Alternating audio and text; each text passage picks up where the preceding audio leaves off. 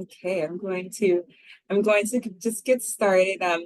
My name is Paige Mejia. I am the Director of Outreach for Staff Assembly this year, and joined by me, my moderator, Kate Dorff. She is our co-director of events for Staff Assembly.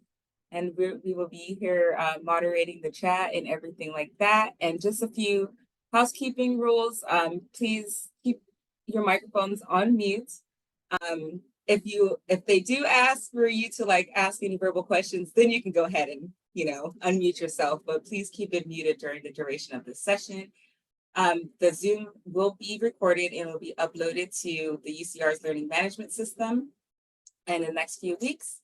If you would like to use the closed captions feature for this session, you can go ahead and click it at the bottom of the screen where it says show closed caption button. And then lastly, if you do have any questions, please do not place them in the chat.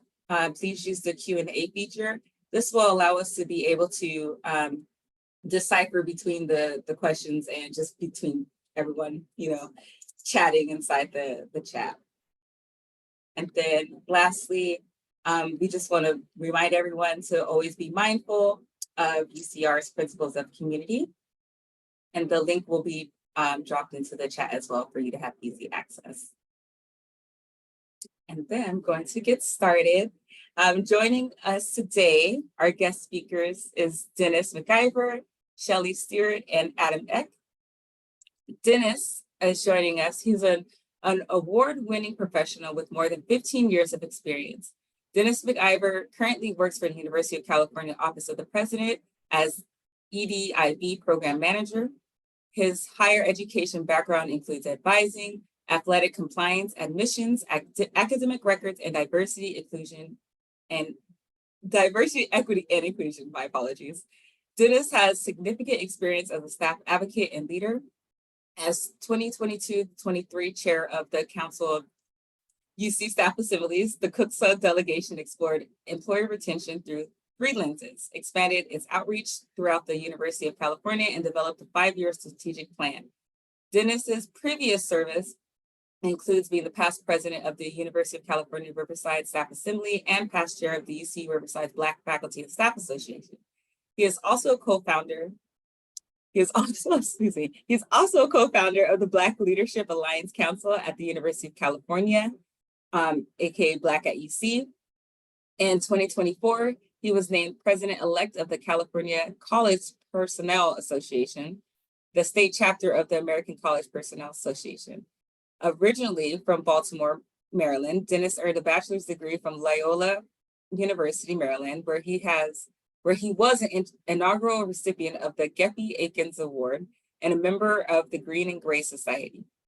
Dennis also earned a master's degree from the University of Maryland, Baltimore County, and the University of Baltimore. He recently reached his PhD candidacy in leadership studies at the California Baptist University, where his research examines higher education, staff leadership development via employee research groups. Shellee Stewart, Dr. Shellee Stewart, is the Assistant Director of the First Year Experience Programs for the College of Humanities, Arts, and Social Sciences at UCR.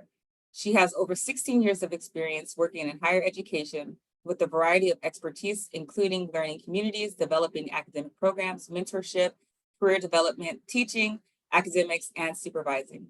She holds a BA in psychology from UCR, a master's in educational studies from the University of Phoenix with a certificate in HR management, and a PhD in psychology with an emphasis in performance from Grand Canyon University.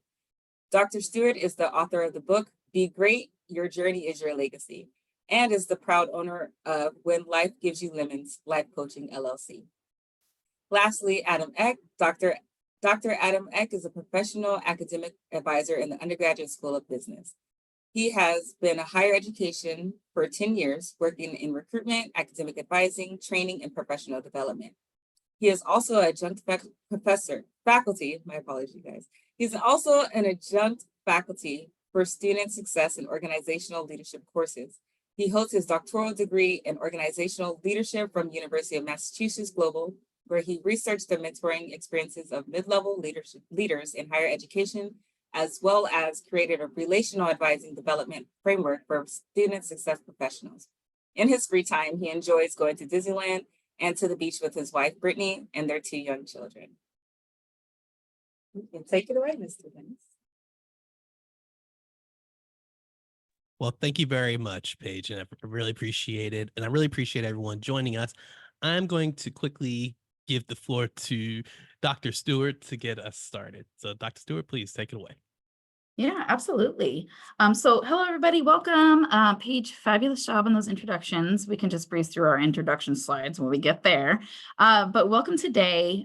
Today we have a panel prepared for you from folks who are, well, you heard Dennis was the founder for UCR Staff Scholars, but myself and Dr. Eck are also participants in the UCR Staff Scholars. And so today we want to talk to you a little bit about what UCR Staff Scholars is, to educate you on the opportunities that you have with UCR Staff Scholars, but then also hear from individuals who have been there and done that and are going to share some experiences with you all.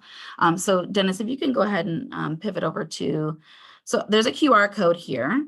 And if you're interested at any point in finding out what the UCR Staff Scholars is a little more, or if you're interested in participating in our monthly staff meetings, feel free to fill out that interest form. The UCR Staff Scholars is a group that connects staff members with other staff members who are balancing careers with higher education and learning. We provide resources and opportunities to help folks successfully navigate their educational journeys.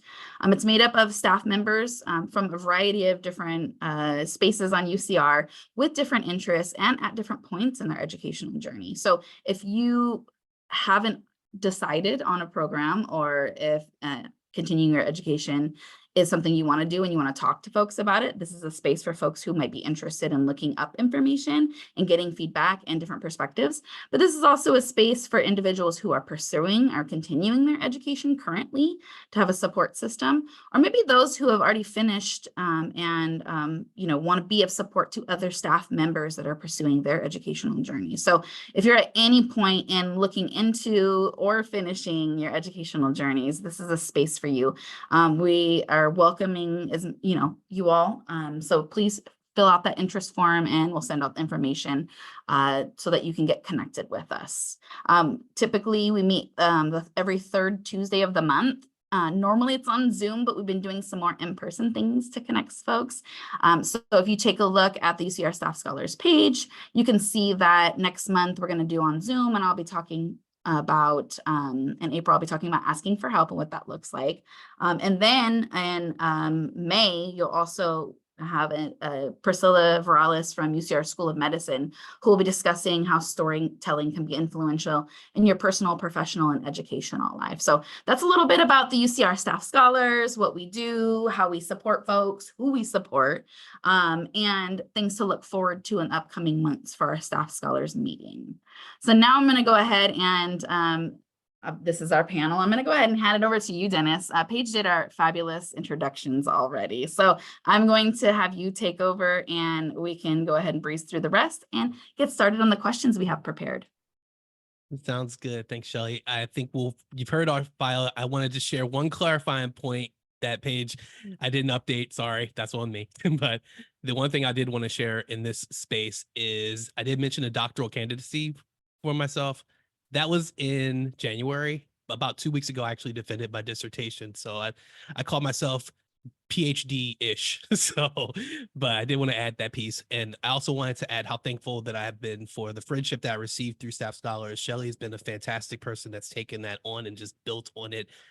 Adam's continued to do great work. And so fly through these and let's go ahead and start the conversation. And I would add, this is really meant to be a conversation for us. So if questions do come up, please take advantage of the Q&A. And I would also add, have all of you ever presented in a space where you see that one person nodding and you think, okay, I got this? If something really resonates with you, take advantage of the Zoom reactions, take advantage of the chat if a quote stands out, because we would love to really kind of see what rings your bell in terms of what we're saying. So let's go ahead and start with the first question that we had. And it was, what prompted you to pursue your degree? What did you look for in the program? Were there any serious concerns you had heading into the experience? And I'd like to start with you, Dr. Stewart. So why don't you take the floor on that one? Yeah, absolutely. I am UCR alum. I come from traditional spaces, and then as I went into higher ed, um, uh, as I continued my journey, I'm a parent and a full-time worker, and so life looked a little different for me as I was continuing my education, and so that meant the needs for me pursuing my education change. Honestly, I did not. If you would have asked me like maybe 7 years ago that I would be Dr. Shellee, I would probably have laughed at you. I didn't think that PhD was in the books for me. I'm a first generation college student. I was a low income student, born and raised in the Inland Empire. I didn't know too many people who had PhDs. I didn't know too many people who had terminal degrees. But as I continued to work in higher education and kind of fell in a career in higher education, I realized that I needed to make sure that all doors were open for me as much as possible.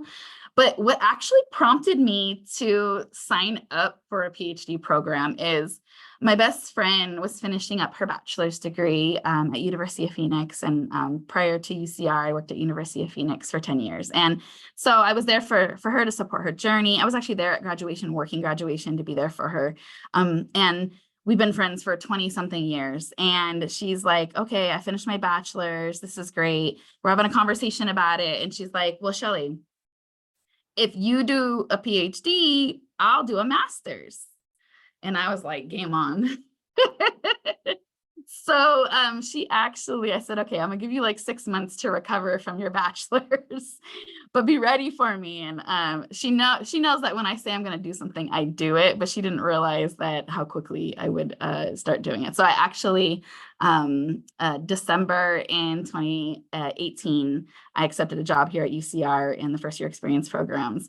And then in March of 2019, I started my educational journey into my PhD. And so when I was getting ready I knew I would be starting, had already signed up when I got the job here in Chas First. And so I went to my friend's house and I was like, hey, I got news. I did a thing. And she was like, oh, girl, what thing did you do? I said, I signed up for a PhD. Guess what? She was like, oh man, now I have to sign up for a master's. Absolutely, you need to sign up for. So we held each other accountable through our processes. Now she has a master's in social work from USC and is a licensed clinician. And now Dr. Shellee, right? Here in this space. So it was a kind of unconventional way to start my educational journey. My why was because I wanted to make sure all the doors were open. But I didn't know too many people who had PhDs. So I did have a friend who went to Grand Canyon University who finished. And I was like, man, if Dr. Rita can do it, I can do it too. So on a bet and a whim, I signed up and now this is where I've come.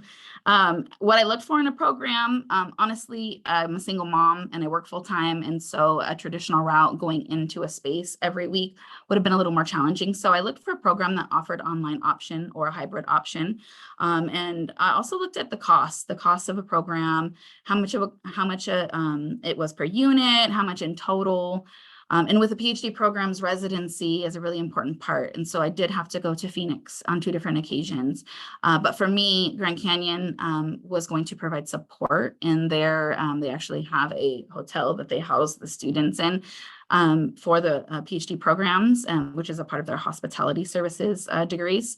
So that made it a lot easier for me to be like, okay, I had a space I can go into. It would be covered. My out-of-pocket immediately looked a little different. And I didn't have to travel across the United States to go to a residency in person. And so those were some of the things that I thought about when I chose GCU, but also because I had a friend who had recently graduated from GCU. She was like my sole person that I knew had gone through the process at that point. And so I knew I could call on her if I needed some support. So those were my answers to that. Now I'm going to go ahead and pass it over to Adam. Adam, what are your responses to this question?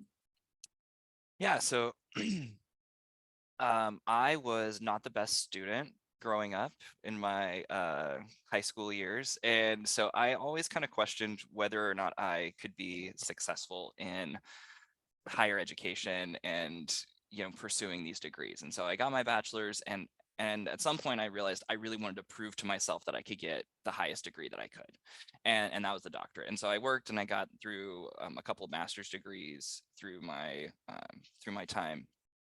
But I really wanted to get that done. And I really wanted to look for a program that was going to fit into my family, my life. You know, again, full-time worker. I had my son already born. I had a wife. So I had responsibilities and I was working full-time. So I had to figure out, how do I find a program that fits into my life? And also, I wanted it to be in leadership. I love leadership. I was teaching leadership at the college level already. And so that became really important as far as a discipline goes. So discipline is something that you really want to think about. I know Shellee's super passionate about her performance psychology, and that's amazing. But the discipline you get your doctorate in opens different doors, right? And so I wanted to continue to open those doors in terms of being able to teach leadership, but also being anchored to education in some sense. So I found a program that was through a school of education, but the degree was organizational leadership. So it kind of married the two things that I really wanted to be a part of my journey moving forward in my career together. So of course, cost was a big factor. I ended up going to the institution that I was working at the time. So it was previously Brandman University, and now it's the University of Massachusetts Global. It's a mouthful for sure. But so it was the right place, the right time, the right cost for me, and being able to do that. Some concerns, obviously, you know, I was worried about being able to be up to the task. And so I actually deferred this twice. I was committed to it. I was like, it doesn't feel right now. I pushed it back a year. I said, man, this is feeling a little bit difficult for me life right now. And so I ended up deferring it a third year. And that was right when COVID hit. And so I was like, I'm all in. I'm going to get this thing done.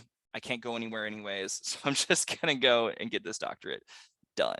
And so those were kind of my thoughts going into this.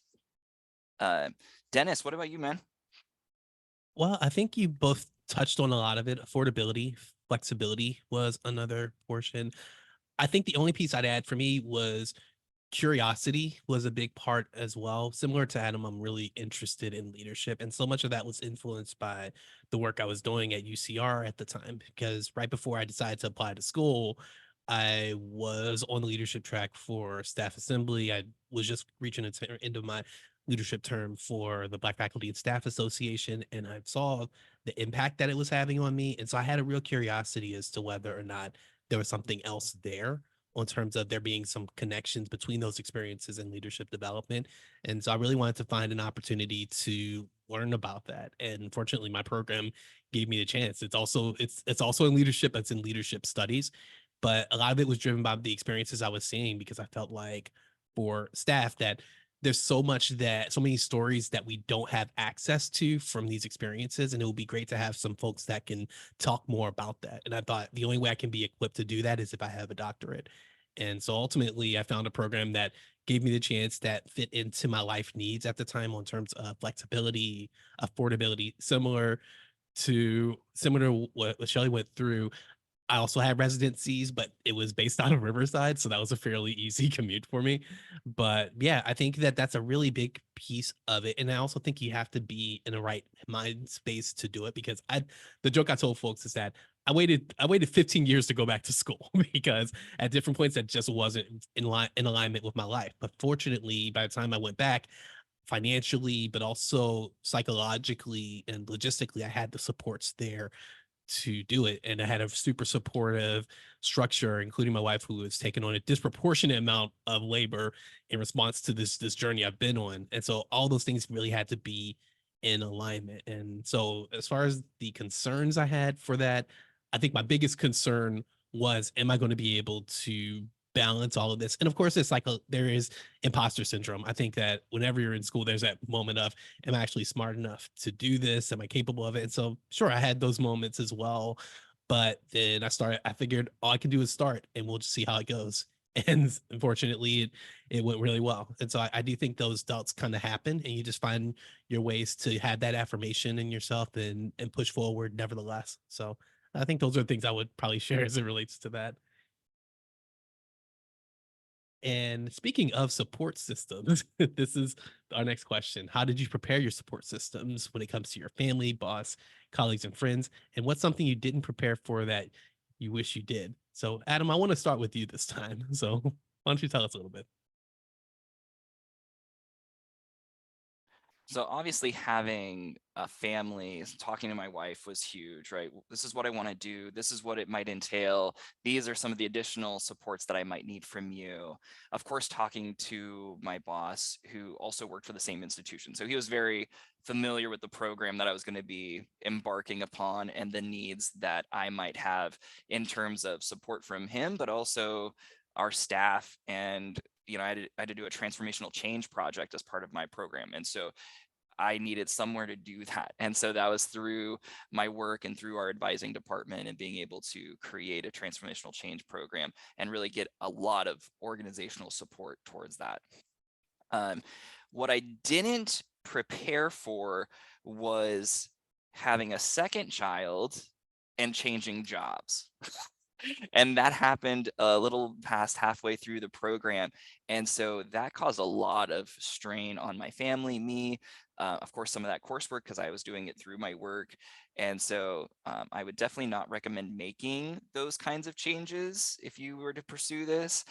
Try not to change jobs, try not to have new children or dependents during that time frame. Of course, you can't always make those decisions, but it certainly made it more difficult to get the thing done. And it's hard to prepare for those kinds of changes in advance. So definitely had to be reactive through that. Thanks. Thanks for that. Shellee, what about you? Yeah, I think aside from taking on the bet from my best friend, I think my first step was actually sitting down with my kids. I had a friend tell me, well, don't you want to wait until your kids are older to do this? Because it's going to take a lot. This is the friend that had recently got her PhD. And I was like, well, I want to be able to reap the benefits like financially and professionally, like while my kids are still, getting ready to go to high school instead of after, because of course I could have waited till after and maybe had more time on my hands to do it, right? But I wanted to be able to, before my kids started high school or while they were going into high school, to make sure that I could be as prepared for them as possible financially and professionally. So I sat down with my kids and my son was probably, oh my gosh, he was probably like 8, 9 at the time. And my daughter was two years younger. And I said, hey, I want to talk to y'all about something. And they're like, yeah, Mom, what's up? And I was like, so I'm thinking about going back to school, but I wanted to talk to you because they're both very heavily into sports. So travel basketball and gymnastics or whatever we were involved in at the time. And so I like, this is going to take some time possibly away from you. And it might mean I'll be on my laptop more and this and that, but I really want to go back to school. And I think I mentioned like doctorate, PhD. And my son's like, Mom, you want to be a doctor? You want to go do surgeries? And I was like, no, baby, not that kind of doctor. That's a whole different kind of doctor. But I was like, no, I want to go to the top when it comes to my education as far as I can go. And so they were super supportive. So they were a part of me with me in this journey. And so they celebrated the successes with me when I did my first 3 chapters, when I went through academic quality review, when I went through IRB, all of these things I celebrated with them and shared with them, even though they didn't really know what was going on per se, but sharing that process with them was really important and an important part of my journey because they're part of the biggest reason why I do this. But it also helped that through my experiences and in my journey, I had an amazing support system. My boss lady, Dr. Rogers, has been a phenomenal support and literally was whatever I asked of her, she was there to support and provide guidance. And my former colleague, almost Dr. Nellie Cruz, she's finishing up hers as well. She was super supportive. We'd bounce ideas off of each other. And then my friends and family were part of the journey too. So I had conversations with everybody. Like, look, this is what I'm doing. This is if you see me with my laptop out during basketball practice, basketball moms, this is what I'm doing. If I'm at a party, a birthday party, and I'm in the corner on my laptop, and me and I had some discussion questions to answer. So everybody kind of being aware of what I was doing, they were able to support me through my journey. But they also, it wasn't like this new, like, oh, what is she doing? They're like, oh no, it is expected. Shellee is bringing her laptop to all functions and all activities to make sure that she can get her stuff done. Now, what I didn't prepare for in my journey, I didn't know much about the like PhD identity.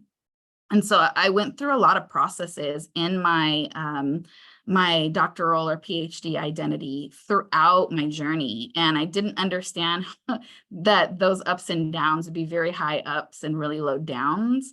But because I had that support system embedded, it was really instrumental in making sure that I could go talk to folks, or literally, I remember crying to to my colleague Nellie after I had gotten a not so great grade on a paper in a class, and I'm like, oh my God, I didn't get that full points. I'm not gonna pass the class. And she helped kind of recenter me and realign, like, girl, you're gonna be fine. We got this. It's all right. You know, get back on the saddle, and we're not gonna be perfect. We're not meant to be perfect. And I was like, oh yeah, you're right. I'm still gonna pass the class, but I'm not perfect. That's completely fine. Okay.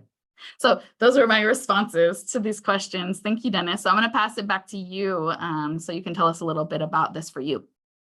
Okay. And I guess for me, I was lucky because I've been talking about some version of going back to school for 15 years heading into it. And so my wife had gotten to a point where it's been my biggest support, and I can't emphasize that enough. But she got to the point where she said, you need to just do it or don't do it. And so I think on some level, she was just relieved that, okay, finally he's going to do this and I won't have to hear about it anymore. Little did we know that for the following 2+ years that there would be all this lifting, but she's always been super supportive from the beginning. I will say that the things you don't prepare for that you wish you had, it kind of intersects with this, because I didn't expect that I would get a chance to have the perfect job that lines up with what I was researching. Those are things you can't prepare for. But what I did is, as I applied for the roles, I was very clear about, this is something that I am doing, and this is something that I will need support from my supervisor from.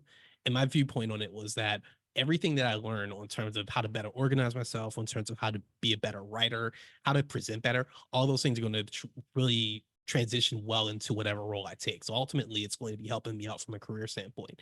And so I made that point as I was interviewing for roles, because I didn't want there to be any confusion as to what I was doing. And so for me, being very transparent about that and what those needs looks like was super critical. And I was very lucky because in all the roles that I've had in the time in this program, I've had bosses that have said, we understand, we want to support you. And I think that was, and I think part of that was because I was very transparent about what was happening. And if it had been an issue, then I probably wouldn't have taken those jobs. Unfortunately, it didn't get to that point. As far as colleagues and friends, similar to what you heard, I talked to a lot of people starting the role who were in school, just to see if I could get insights on terms of what I need to prepare for. That's how I met a number of great folks at UCR. That's really what kind of prompted the creation of Staff Scholars as well, because having a community where folks could trade insights and support, I think, was a super important piece. And so I had a lot of conversations for that. But yeah, as far as what I wasn't prepared for, some things happen in terms of new roles, new opportunities, and you want to balance it. And so I think that's something you don't expect, but it's just like you try your best, and you know what your lines in the sand are, and you get a better sense of who you are and what you can get away with and balance, and things that you really have to take a step back from. And there are some things I could take on. There are some things where I said I just can't, because I have far too much happening with school and life and of course work. And so I think those are things that happen, but you learning yourself kind of what you can balance. And you also, in knowing the syllabus, that's probably my biggest tip for you. Know your syllabus. If you know your syllabus, you know how you can kind of tailor things based off of what's going on. So I think that's would be what I would add there. We can go on to the next question. I just want to mention again that if anyone has any questions that you have, please feel free to put it in Q&A. We'll be happy to answer anything that's on your mind. And so, Shellee, let's go ahead and start with you for this question. And that is to describe an experience that challenged your balance between school, work, and life. Absolutely. One word, the pandemic. Man, when we started working from home and doing everything from home, and my kids are doing school at home, and I'm at home, and it's home and it's home. So my room became my workspace. Previous, when I was going through my bachelor's and my master's, I know how I learn, and I learn in spaces where there's noise and there's things going on. Some people are different. Some people need absolute silence. Like, I sit at Starbucks and I'm the most productive person at Starbucks. And so I would, when I left work pre-pandemic, I'd go to Starbucks, do my work, and then I'd go home and handle my responsibilities at home, or I'd fit it in places, right? But when I couldn't go to Starbucks, when I couldn't go somewhere else, finding that motivation to separate, okay, I'm in my room and my room is my office.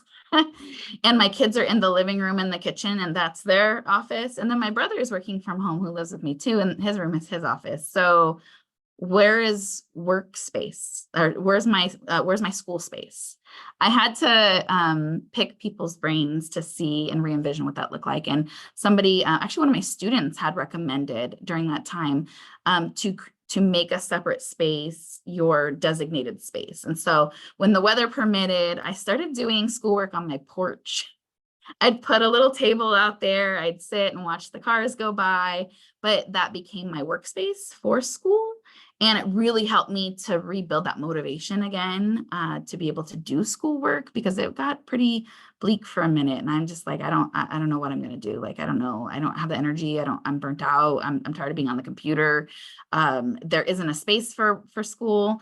So I had to re-envision it. And so I created a different space for school, which really heightened my productivity. And then once the pandemic started to, ease up a little bit, then I invited my other friends to the porch, and we started to make porch time on Wednesdays. It'd be homework time. So my friend who was doing her MSW, and then my other friend who had just started her PhD too, we made porch time the designated time. So we had at least once a week that we knew we'd be working on stuff. So the pandemic definitely put a wrench in my motivation and being able to balance all the things.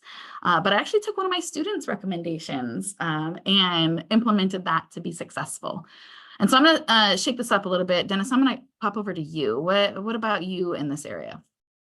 Yeah, I think one of the most recent things that happened with this was that this would have been last semester, where I was taking my last class, but I was also in the middle of my data collection for my dissertation. And so not to bore everyone with details, but I interviewed a number of people, normally with interviews anywhere from an hour to 2 hours. And so I was in the middle of this in October. And at the same time, I was invited to some really cool opportunities as well to be a part of. And at the same time, I had work commitments. And so I was trying to figure out how to balance all of these different really important portions of life, and also how to still continue to get the work done, because that is an important piece, right? Is we're all working full time. And ultimately, what I had to choose to do is I was fortunate that I had lots of time off. So I took a few days off. I communicated with my boss very early on that, hey, this is what's happening this month. Here's where I'm going to need support. Here's what I'm going to do to balance it. And there were some times where I had super long hours during the month of October. In one case of collecting some data, I was doing interviews at 6 a.m. because that was the time that worked best, that the person I was interviewing said that they could accommodate. And so there are certain times where I think you get pushed to your limits, and you find a way, and that's where leaning into your support structure is important. But I also think balancing it with understanding yourself is an important piece as well, saying I can only do so much, and kind of level setting, I think, is a really critical part of that. So in those moments, I think it's really getting back to the basics of what do I need to do to continue to progress this forward in a way that I'm comfortable with, and how am I going to juggle that against everything else that's happening, and really knowing what that line in the sand is for you. And it's okay to be honest about that, and be honest about what you're capable of, because sometimes we push ourselves a little bit too much, and that's not necessarily a good thing all the time. So anyway, that's one thing that recently happened, but I finished it, thank goodness. So it was all good. What about you, Adam?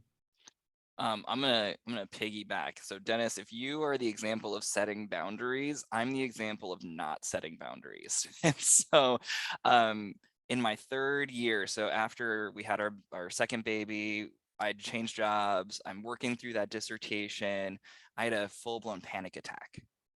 And so I ended up in the emergency room. We're all friends here, right? So hopefully everyone is good with that. My blood pressure was off the charts. My anxiety was through the roof. And I was at that moment, something had to clearly change. I had gone too far with pouring out. You know, they say you can't give from an empty cup, right? So my cup was empty, right? I didn't have anything else. I had put everything into my family, my work, my dissertation, and I wasn't prioritizing myself. And so that was the challenge that I had to go through. So I slowed down. I realized I can't do all of this at that time. So I slowed down, my research slowed down. I went to therapy, took care of my physical, my mental health, and now I'm in a much better place and able to make space for myself a little bit better than I did before. But that was an impetus of something's got to give, and that something can't be me at the end. And so you're right, Dennis, setting those boundaries and saying, this is what I can do with the bandwidth that I have while still taking care of myself is huge. Yeah, absolutely. And you were able to move past it, realize what needed to be done, and took care of it. And that's really just terrific. So I know we only have a few more minutes, so I figure we can fly through a couple more of these quickly. And we talked a little bit about this before as it related to self-doubt, imposter syndrome. And so I wonder if anyone would like to add any advice on how they manage that. So Shellee, why don't we start with you? Yeah, I mean, I still experience imposter syndrome. Having the PhD has put me into some really great spaces, and having the support from my department and my colleagues and you all has put me into some great spaces, but I still battle imposter syndrome. Dennis, when you asked me to lead staff scholars, I was like, who, me? You want me to lead it? Oh, like, it's such an honor, but like, who am I? Like, I'm just Shellee. So it's still something that I battle, but I leverage the people around me and the support from them. And anytime that I need to have a pep talk, I go to my closest people. Maybe it's Dr. Rogers, or maybe it's Stella, or maybe it's you all here, right? But also Staff Scholars helps with that too. Even now, like, hey, we're supportive. You got this. Okay, let's do this together. If you need anything, I'm here. So that has been really I don't think it ever goes away personally. I think we hit new barriers and new things and new plateaus and new peaks, right? So I'm going to go ahead, Dennis or Adam, either of you can take it from there. Adam, I'd love to hear yours, and I'll add something. Yeah, I mean, I think we're all there, right? I think we're all identify that we're immensely capable and have no idea that we're immensely capable at the same time. Right? Like, I know I can do this, but can I do this? And I think we're all vacillating between that all the time, right? Whether it's doctoral, whether it's stepping out at work, whatever it is, I think we all try to do that. And Shellee mentioned having those mentors around, those formal, informal mentors. I know that helped me a lot as I was trying to get through some blocks in my process of that dissertation process. But those relations really were key to keeping me going and staying focused. I realize now that I've become stronger as a person because I've been able to look back and see, wow, what have I done? And even before I finished that doctorate, like, I've gotten this far. I've gotten a master's degree. I've gotten to, like, whatever it is that you've done, looking in the rear view mirror, like, wow, how far have you come? And you can still continue to move forward in that, but it's never going to go away. I guess what I would add, and this is something I hope that all of you consider, is that a lot of that pressure is self-imposed, but I've always framed it for me as that's the sound of me growing in a way that I'm not used to, and that I have to lean into that discomfort, and that way I'll come out on the other side stronger. So that's one part I think a lot about. But the other thing that struck me is that whatever you're doing, in many cases, there's probably someone watching you from afar who thinks what you're doing is incredible. And sometimes it's important to remind ourselves of that. I'll quickly tell a story. My sister, who's a couple years older than me, finished her bachelor's degree during the course of me working on this program. And so as we were talking about that, she finished and she said something like, "I'm so proud of you. You inspire me." And I had to pause and say, Are you kidding? You inspire me. I mean, I've been lucky. You've been able to do all of this as a single mother while moving between jobs and doing all of this stuff. And so it was really cool to have that moment to be able to say that I know you may not see it, but I think what you're doing is incredible. And so I think that in a lot of cases, we have folks like that that are doing these really cool things and they may not even realize it. They may not realize how awesome it actually is. So I think it's important to remember the impact that we sometimes have on folks and we don't even realize it. And so that's one thing that kind of keeps me on the level in those moments where I had those highest moments of discomfort and the self-doubt. So That's great. and I know the clock is ticking. So, but I do want to hear your superpowers. So, what was your superpower in dealing with the challenges of school and life? For me, it's having a really strong structure of friends, but it's also two words that I try to live by, which is just start. Sometimes the doubt gets in the way, whether it's school or whatever. And I found once I just start things, then I have the instinct and the ability to let it take care of the rest. So I think that's my power, is that if I'm at a point where I just can't move on something, I'd say I'm just gonna go and we'll see how it plays out. And sometimes that's the biggest thing that gets in my way. So love to hear what Shellee or Adam, what you have.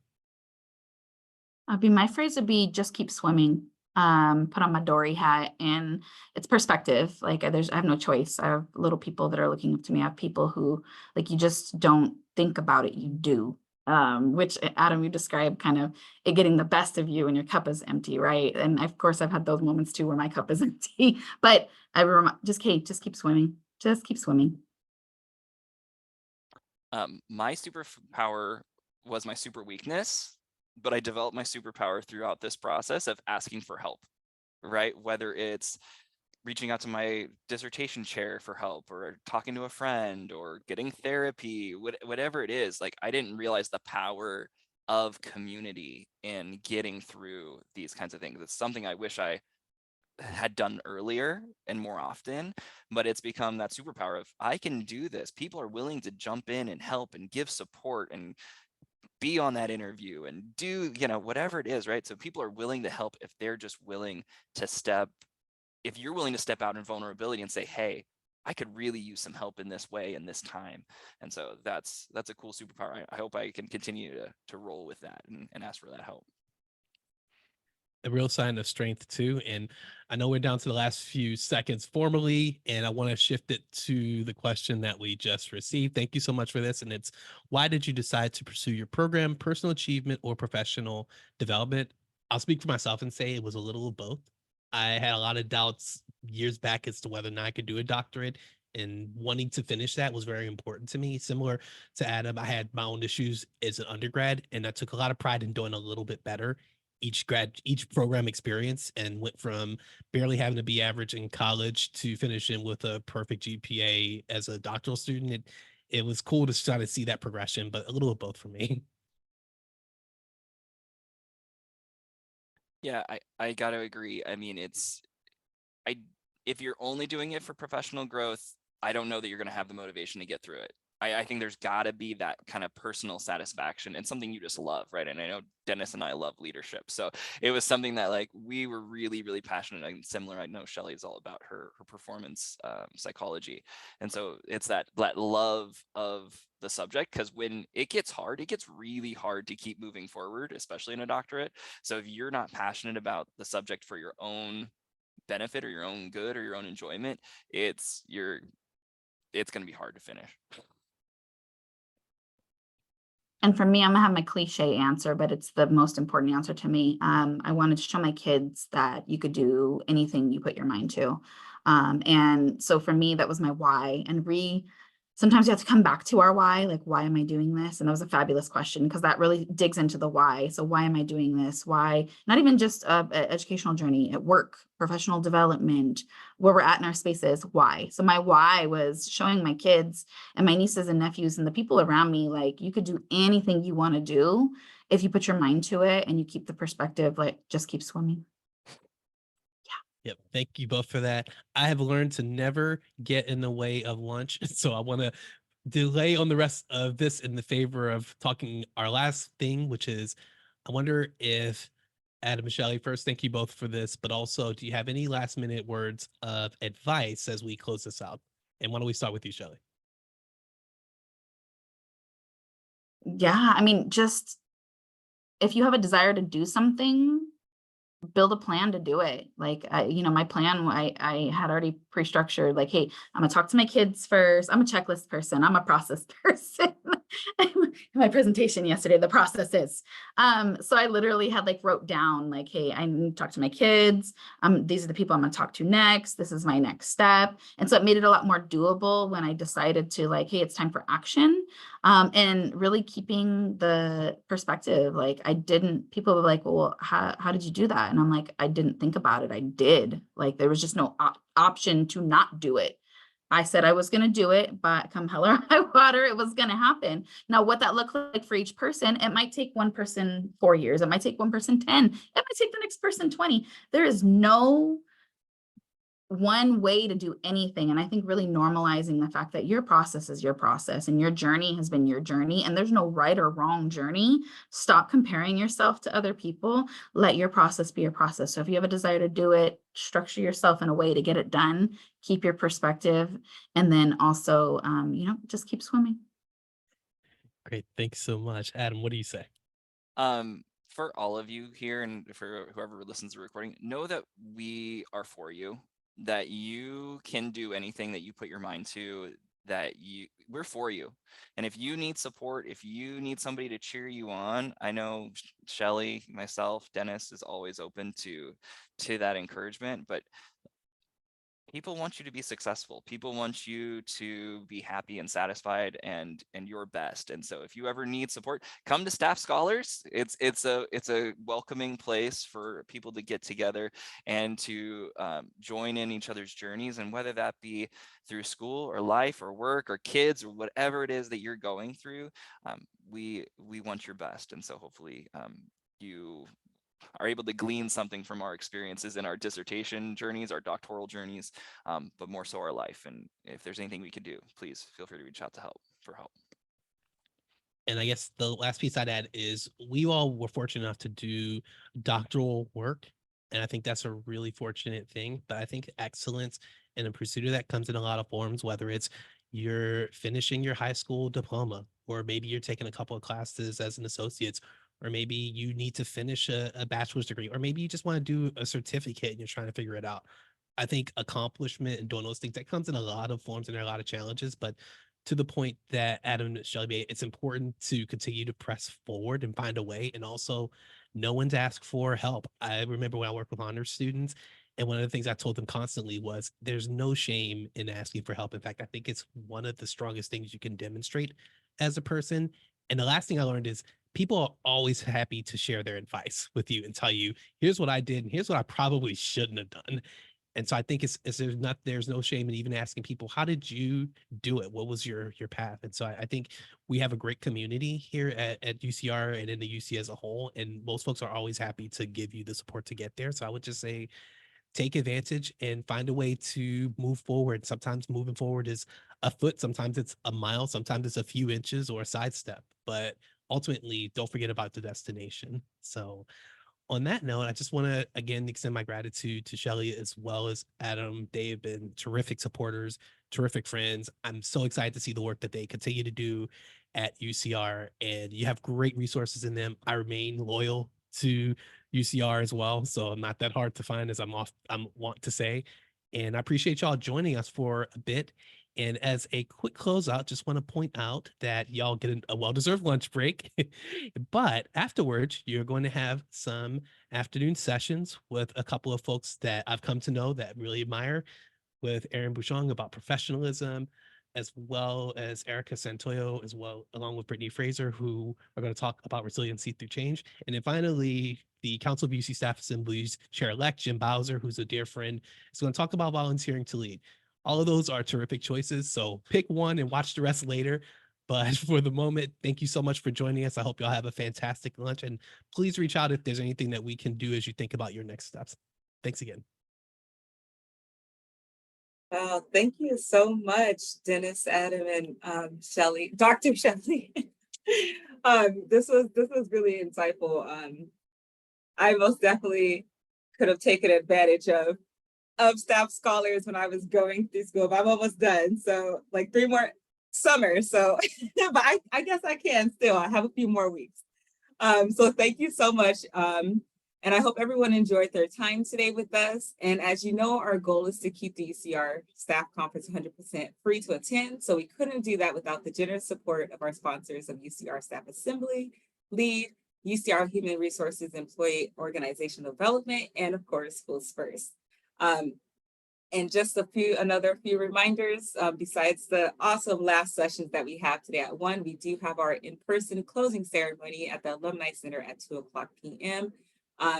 If you guys did not have a chance to do so, to register, feel free to do so, and I'll place that link inside of the chat.